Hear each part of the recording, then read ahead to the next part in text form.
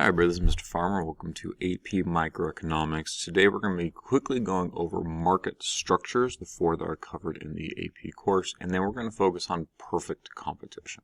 Here we go.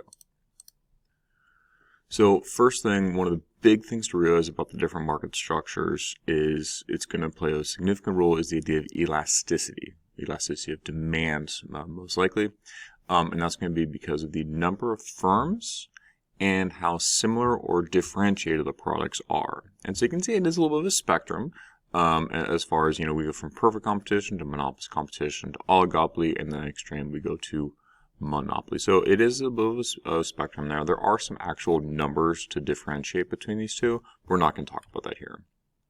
So here's kind of a general table.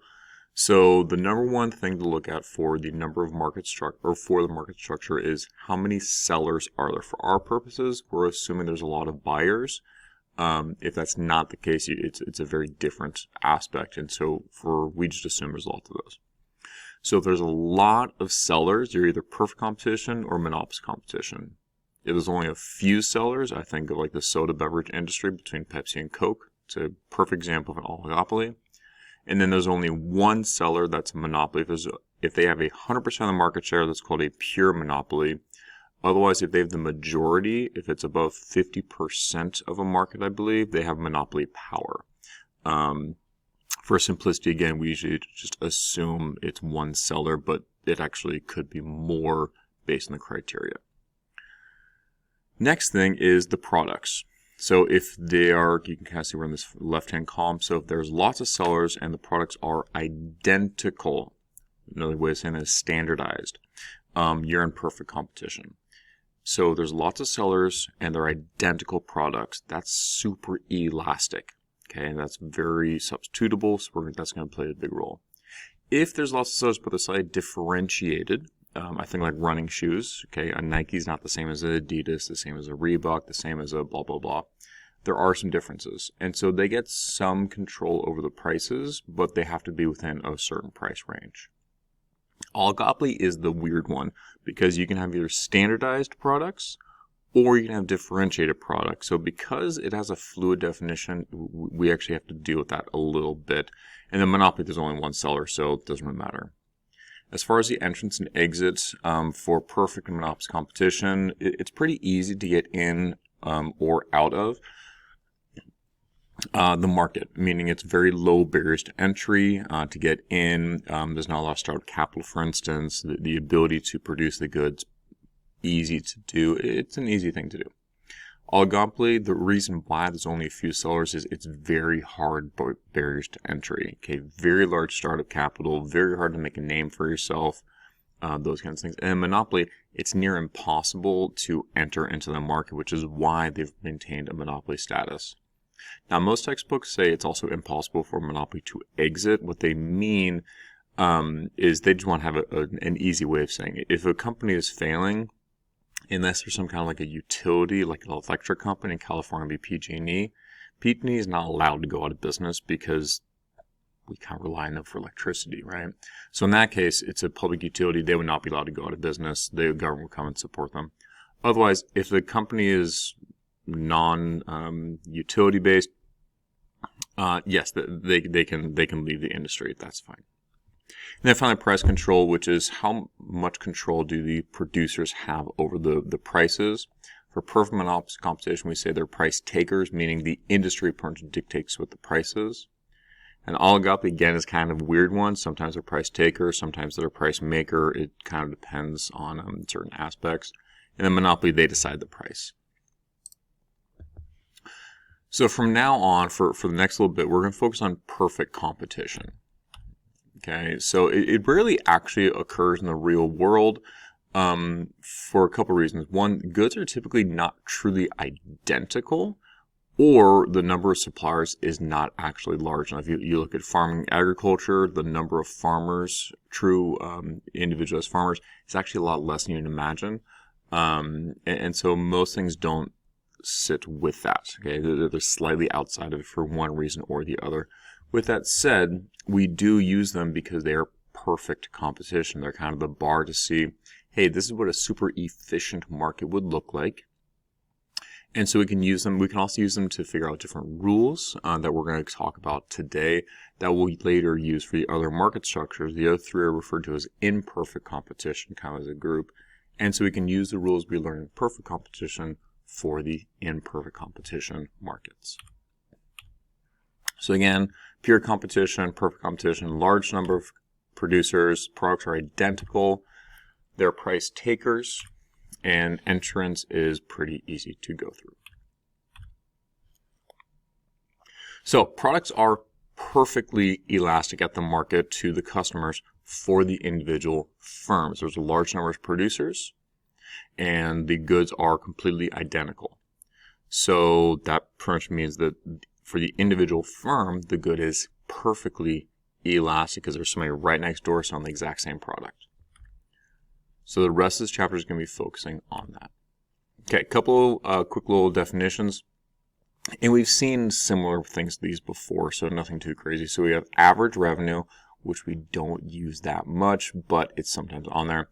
So that's going to be the revenue per unit, or essentially the price, because you have your total revenue divided by the quantity.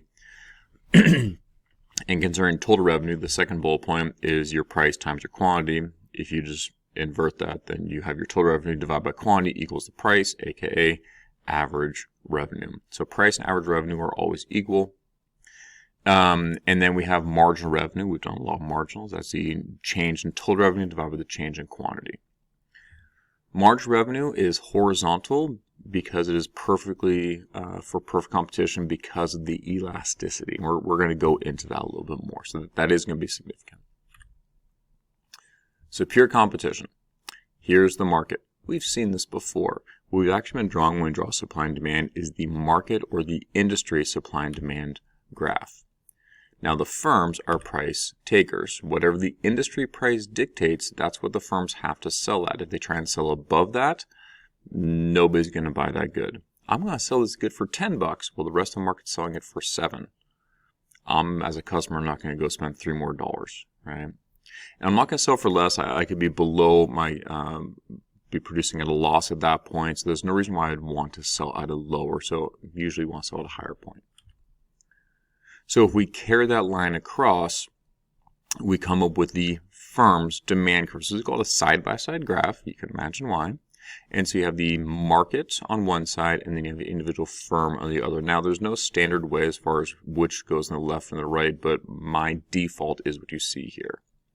So you can see on the right-hand side, I have demand equal to average revenue equal to price. So DARP.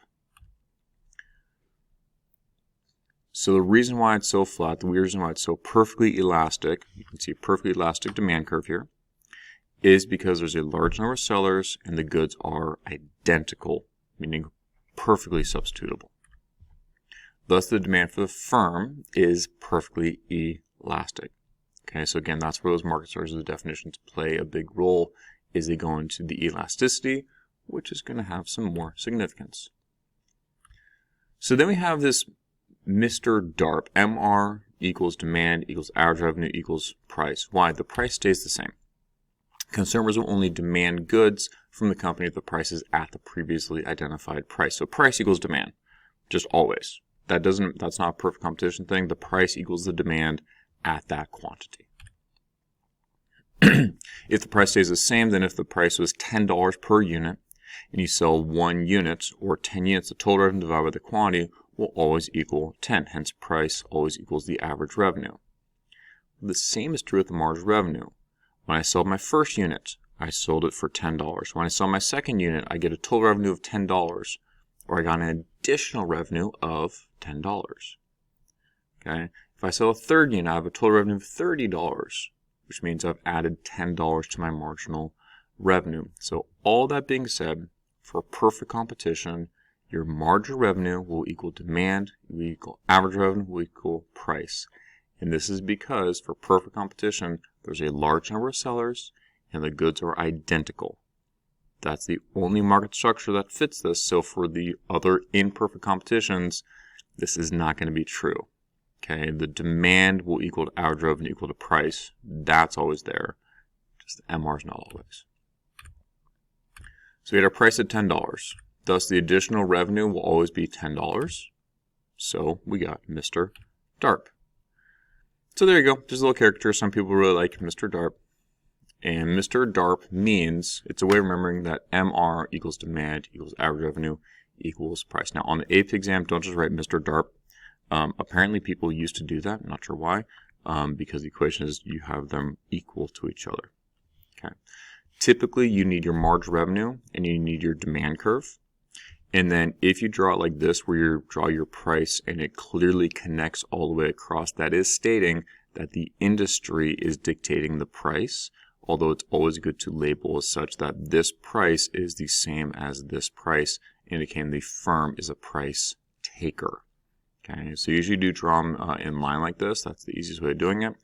And the prices need to be identical. The quantities are not, because the quantity, the market quantity is all the firms, and the individual firms are going to be just for that firm, by the way. So profit maximizing. Profit maximizing is margin revenue equal to marginal cost, always. Okay, just like we had margin benefit equal to margin cost, and those kinds of ideas. Margin revenue, margin cost, that's profit maximizing for every market structure. The profit maximizing quantity is a quantity that is the potentially most profitable or the least loss for a company. It's the best potential reason why. Why? Every unit leading up to the intersection indicates the additional revenue earned by the producer is greater than the additional cost to produce that unit. So I gained this much. I gained this much. This is, you can kind of think of it as the level of profit. However, it isn't always profitable. Why? Because margin cost is only based off of variable cost inputs. So if the fixed costs are higher, the company may have a profit maximizing quantity that is not profitable. Okay, and situations along those lines. So just because you're at your profit maximizing doesn't guarantee you a profit. It says, well, that is the best potential spot for that. Okay. Once you have your profit maximizing, you can finally get your profit. So your profit is at that quantity was your total revenue minus your total cost. That'll be your profit. If you have your price, which is your per unit price, and you subtract out your average total cost, you now have your per unit profit. So if you multiply that by the quantity, then you have your total profit. And this will occur when your margin revenue is equal to marginal cost. The quantity or output where MR equals MC occurs will indicate the best outcome for it. And again, we call that profit maximizing output. And it's true for all market structures. So we got our graph. And by the way I usually draw this is I draw my supply and my demand graph. First, I carried that curve across. I then draw my marginal revenue equal to demand curve. I usually don't need the average revenue and the price. Price is over here. After that, I have my margin cost curve. So now I know that is the quantity that stuff is going to happen at. Okay, if you're talking about profit or loss, whatever else is, it's all going to happen at that quantity. So this is my firm's quantity. So I usually put QF, and then I have my market, which I usually put as QM, because they are two different things. You should label them as such. All firms are identical, so that firm is a representative firm for all the other companies in the industry. So they'll all produce that a specific quantity. So if the firm produces 10 units, and there's 100 firms in the industry, how much would the industry produce? Just take a moment, think about it. Hopefully you got 1,000 units. Okay, just 10 times 100, 1,000. This is why we can't just put Q on the bottoms here, because these are two separate numbers. So QF for firm, QM for market is kind of what I typically do. And yes, you definitely need to be labeling the two different companies or two different graphs. Okay, there's a couple different possibilities. One is you might be producing at a profit. Okay, so profit occurs when your price at a certain quantity, your profit maximizing quantity, is greater than your average total cost. That would be like you have a price of $20, your average total cost is $10. So your per unit profit is $10. You could also break even. Okay, that's going to be at your profit maximizing. Your price is equal to the average total cost. So you have a per unit profit, and we're talking economic profits because we're in an econ class. So if your price and ATC are equal, then you have a per unit profit of $0. Okay, those two are the straightforward ones. Now we get into the less straightforward. So the last two are you're losing money. And again, we're in the short run. It plays a role here. So in the short run, if your price is less than your average total cost, you're losing money. Okay, but if your price at the profit maximizing is greater than your average variable cost, you're financially better off by continually to produce. You're minimizing your losses by producing. So your price is $20, your ATC is $30. All right, you're losing money. You have a per unit loss of $10. But if your price is 20 and your average variable cost is 15, you're minimizing your loss. Why? ATC minus AVC equals the AFC. So that means my average fixed cost is 30 minus 15. My average fixed cost is $15. So what's that mean? If I produce this good, my $20 can help pay off that $15 fixed cost. And then I can put the extra $5 towards paying off the other portions of the cost. So I'm going to lose less money. I'm going to lose $10 per unit compared to if I shut down, I still have to pay my rent. I still have to pay my fixed cost. So I lose $15 per unit. Even though I'm not producing, we'll still talk about that way for a second. And the last one is shut down. That's when your price is less than your average variable cost, therefore less than your average total cost. This means if I produce something, because variable costs only occur if you produce. Okay, I don't pay my workers if they don't work at all. So variable costs are called operational costs. They only occur when you operate. So if I don't operate, I don't have a $25 AVC. Which means if I produce, I can sell my good for $20. It costs me $25 per unit just to run the operations. So I'm losing $5. And then on top of that, then I have to pay my fixed costs. Well, in that case, it's better just to run out your leases, to not operate, and just wait until the long run, which we'll talk about later. So, breaking even. At your profit maximizing, you are, so I'm only going to do just the firm side of things. There will be a side-by-side graph over here, supply and demand. So, at my profit maximizing, MR equal to MC, margin cost, I am breaking even. Right there. Profit in the short run, your profit at the profit maximizing quantity, your price is greater than your average total cost curve. So you have a per unit profit of that vertical difference.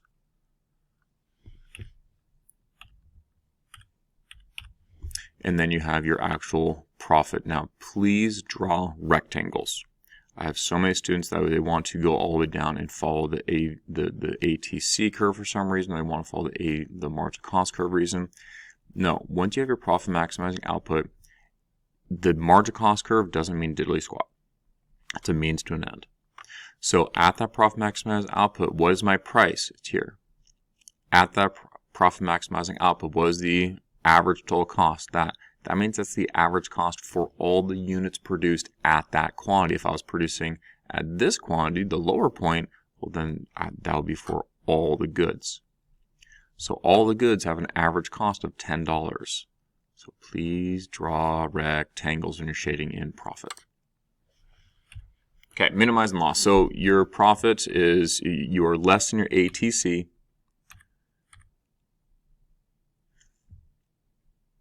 But greater than my AVC.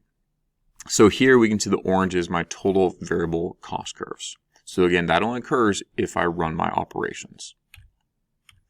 Then I have my total fixed cost is going to be in that blue area. What we can see is that this green area we have my total revenue. So by running my operations, I am reducing the amount of loss that I have. If I don't run my business, I owe the entire fixed cost, the entire blue area. So by running my operations, I'm losing less money, and then in the long run, things will change. So that's why we call this minimizing loss. And yes, you continue to operate in this situation. Last one, shutdown. Okay, profit maximizing. Even though we're not producing anything, we're profit maximizing. Okay, there's my total variable cost. There's my total fixed cost. And that green section is the amount that if I run my business, I'd gain that much in revenue. If I don't run my business, I'm only losing out on my fixed cost, the blue section. So the reason why this is minimizing losses is by operating, I'm losing out on my fixed costs plus the amount of variable costs I can't cover. I'm actually increasing my overall costs.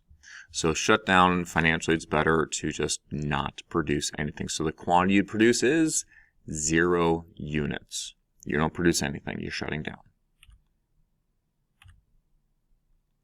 All right, so let's check where would a profit be, or minimizing loss, or break even, or shut down. So think about this one. Where's this? That's profit. That's minimizing loss. That's break even. And that's shut down. So short run versus long run. So right now we have the, there we go, move that down a little bit. So we assume the firm we draw is representative of the firms in the industry and that it stays in the long run. Just kind of clarifying that, okay? So we have the industry graph, we have a profit right now. So in the long run, firms can enter and leave the market. In perfect competition, they can do that pretty easily, actually. So if there's a profit, firms will enter in. Firms will continue to enter until the motivation to enter has been taken away. So firms are going to enter into this market. So the industry supply curve is going to shift to the right as more firms enter. What you might notice is that decreases the overall price because there's more producers, which is going to push the demand for the individual firm down. As more competitors enter into the market, the demand for each individual firm is going to decrease. And firms are going to continue to enter into the market until there's no longer motivation to enter. When would that be? When they break even. So in the long run, you will always be at a break even for perfect competition. So here we have a firm that's producing at a loss. It's actually minimizing loss because they're above the ABC. So in the long run, firms can enter or leave the market. And so in this case, firms are going to want to leave the market. So as firms leave the market, our industry supply curve shifts to the left, just like we talked about a long time ago. And that's going to increase the overall price as the goods become more scarce, and also decrease the quantity that the market is producing. But as more firms leave, that actually increases the demand for the firms that stay in. And yes, we assume whoever we drew, they're the lucky ones that stayed in. Just don't question it. Okay. And so the individual firms increase their demand, and so that's going to increase the price. That does also mean that the individual firm is going to produce a larger amount as there's less competitors. And once again, firms are going to continue to leave the market until they break even.